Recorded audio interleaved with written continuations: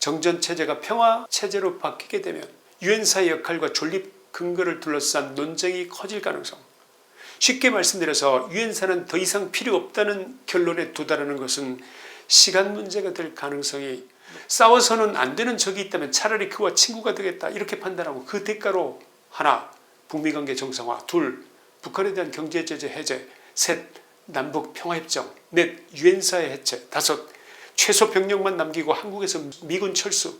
만약 이런 선택을 한다면 대한민국의 안보는 어떻게 되겠습니까?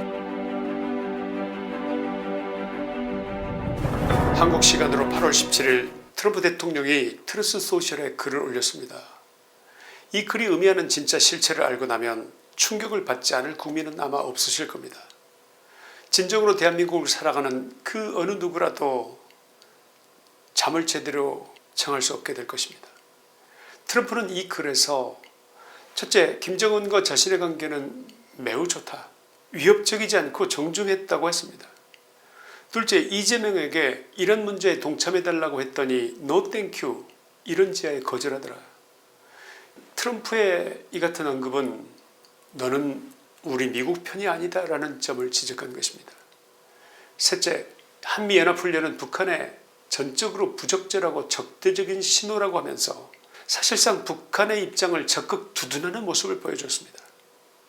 게다가 트럼프는 전쟁부 장관 피트 헤그세스에게 훈련을 대폭 축소하라고 지시했다고 이렇게 밝혔습니다. 이 짧은 트럼프의 글이 왜 충격적일까요?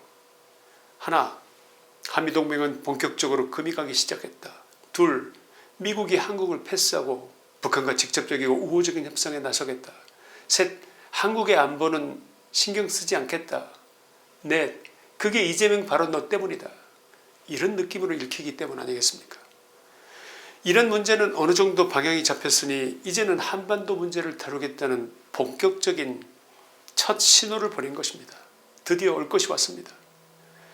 만약 미국이 한미동맹이라는 계산기를 다시 두드리기 시작했다면 트럼프식 계산이 대한민국 국민의 예상이나 기대를 넘어 어디까지 얼마나 나빠질 수 있는지 냉정하게 평가해 봐야 하지 않겠습니까?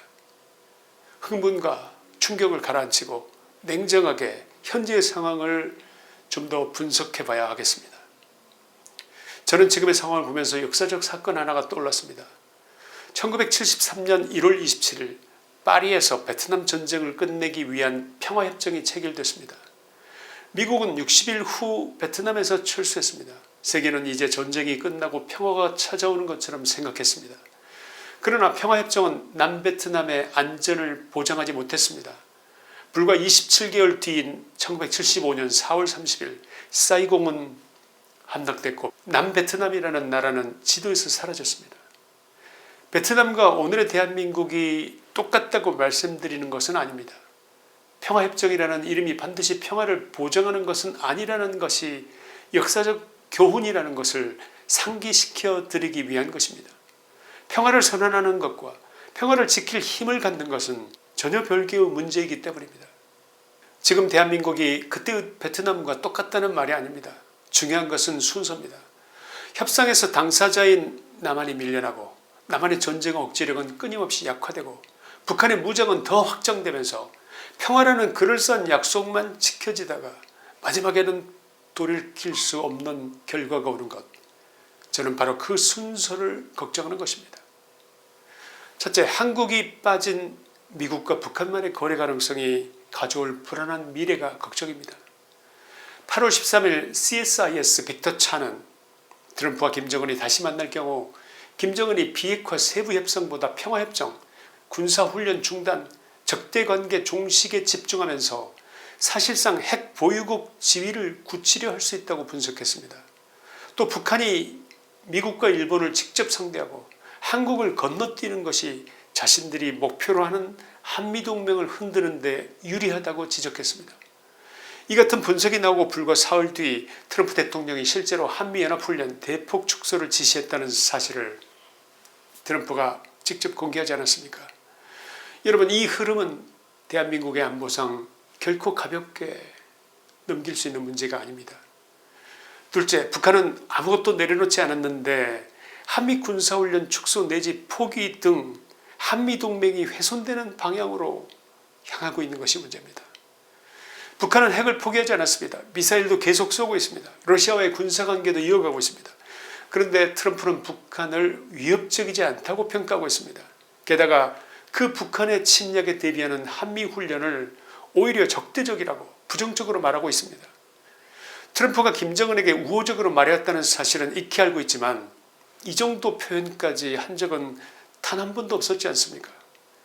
트럼프 대통령이 공개적으로 한미 군사훈련 축소를 지시한 순간 이 문제는 이미 미국과 북한 간의 협상 테이블에 올라간다는 확정적인 의미로 받아들여야 한다는 판단입니다. 이는 곧 트럼프가 한국의 의지와는 전혀 다른 결정을 내릴 준비가 돼 있다는 그런 신호이기도 한 것입니다. 이는 우리 국민의 입장에서 인정하고 싶지 않지만 마음의 준비를 해야 한다는 신호일 수 있다고 생각합니다. 셋째, 우리 국민을 더 좌절스럽게 하는 것은 이재명 정부의 수상한 행동들입니다. 정동영 통일부 장관은 비핵화보다 평화가 우선이라고 밝힌 데 이어 이재명은 8월 15일 정전체제를 평화체제로 전환하겠다면서 북한의 평화협정 체결을 위한 대화를 제안했습니다. 전방에서 대북 방송을 중단하고 전단지 살포를 강력하게 단속하고 민통선을 평균 2km 북상시키고 일부 군사 규제를 풀고 대전차 방벽과 용치 등 군사 장애물 철거도 추진되고 있고 심지어 전방 경계 근무를 총알이 없는 빈총을 하고 있다는 보도까지 나왔습니다. 드론 사령부를 해체하고 방첩 사령부를 없애고 육군 사관학교를 없애서 다른 사관학교하고 통합하면서 나라의 국방력을 흔들고 있습니다. 이 정도면 사실상 스스로 무장해제를 추진하는 것으로 비춰질 수 있지 않겠습니까? 북한에게 우리 이렇게 노력하고 있다. 그것을 행동으로 보여주려 하고 있다는 해석이 있는데 여러분 어떻게 생각하십니까? 대한민국의 공직자라는 사람들이 심지어 태극기를 거꾸로 착용하는 초유의 사태가 다수 목격되고 있습니다. 여러분은 이게 실수라고 보이십니까? 도대체 이 자들의 조국은 북조선입니까? 아니면 남조선화된 대한민국입니까? 저들의 행동이 무엇을 가리키는지 꼭 말로 해야 아시겠습니까? 아직도 이 자들의 실체를 알기 위해서 더 봐야 할 게 있다고 생각하시는 것입니까? 넷째, 남북평화협정 체결 이후의 안보구조. 이것은 우리가 남베트남처럼 되느냐 마느냐의 문제입니다. 주한미군은 상호방위조약에 근거합니다. 그러나 유엔사의 핵심 임무가 정전협정 관리라는 점에서 정전체제가 평화체제로 바뀌게 되면 유엔사의 역할과 존립 근거를 둘러싼 논쟁이 커질 가능성. 쉽게 말씀드려서 유엔사는 더 이상 필요 없다는 결론에 도달하는 것은 시간 문제가 될 가능성이 높아지게 됩니다. 유엔사가 없어지고 남북은 평화협정을 체결한 상태에서 트럼프는 김정은과 한미훈련을 하지 않겠다. 북한에 경제 제재를 해줄 테니 핵무기 수를 동결하라. 이렇게 합의하면 어떻게 될까요? 북한이 경제력마저 높아진다면 지금보다 전쟁 수행 능력을 더더욱 고도화시킬 수 있을 것입니다. 그 다음 대한민국은 어떻게 될지 상상이 되십니까? 다섯째, 미국의 스타일. 미국이 미국 국내 압력 때문에 베트남에서 손을 뗀 사실을 통해서 현재의 사태를 냉정하게 읽어내야 한다고 봅니다. 1973년 미국은 평화를 명분으로 베트남에서 빠져나왔습니다. 그리고 27개월 뒤 베트남은 무너져 내렸습니다.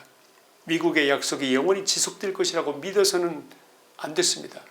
미국은 언제든지 국내 정치와 전략적 이해가 바뀌면 정책도 바뀌게 됩니다. 한미동맹은 언제든 찢으면 찢어지는 종이에 불과할 수 있습니다.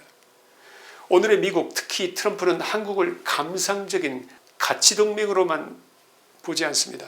게다가 트럼프는 이란 문제 협조를 부탁하자 이재명은 단칼에 거절했고 이 거절을 트럼프는 I will remember, 나는 기억해두겠다고 말한 사람입니다. 트럼프가 북한과 어떤 거래를 하더라도 트럼프가 이재명에게 빚진 게 전혀 없다는 뜻입니다. 투자, 관세, 방위비, 대중국 전략, 북핵 문제가 모두 대한민국의 불리한 거래 목록에 올라갈 수 있다는 뜻이 되는 것입니다. 트럼프가 김정은을 좋은 관계라고 부르고 북한은 위협적이지 않다고 평가하는 순간 우리는 가장 불편한 질문을 해야 합니다. 싸워서는 안 되는 적이 있다면 차라리 그와 친구가 되겠다 이렇게 판단하고 그 대가로 하나, 북미관계 정상화, 둘, 북한에 대한 경제제재 해제, 셋, 남북 평화협정, 넷, 유엔사의 해체, 다섯, 최소 병력만 남기고 한국에서 미군 철수. 만약 이런 선택을 한다면 대한민국의 안보는 어떻게 되겠습니까? 1973년 파리 평화협정 이후 불과 27개월 만에 함락된 사이공 꼴이 되지 않으리라고 누가 장담할 수 있겠습니까? 국제정치도 외교도 상황에 따라 이해관계에 따라 변하는 일종의 생물입니다. 결론입니다. 지금 세계 질서는 우리가 살아온 그 어느 시기보다 빠르게 흔들리고 있습니다. 미국은 동맹을 가치가 아니라 계산으로 다시 재고 있습니다. 미국이 중국 현재에 사활을 걸다시피 하고 있습니다. 러시아와 북한이 노골적으로 손을 잡았습니다. 어제의 상식이 오늘 무너지고 내일의 지도가 다시 그려지는 시대입니다. 바로 이런 격변기에 나라를 어떻게 지켜내야 한다고 생각하십니까? 지금은 그 어느 때보다도 세계가 어디로 움직이는지 읽어내고 동맹을 관리하고 국익을 한치라도 더 지켜낼 유능한 지도자가 필요합니다. 격변기에 무능하거나 방향이 잘못된 지도자를 만난 나라가 어떻게 폭망했는지 역사는 단 한 번도 예외를 보여준 적이 없습니다. 그런데 지금 이 나라를 이끌고 있는 사람들이 누굽니까?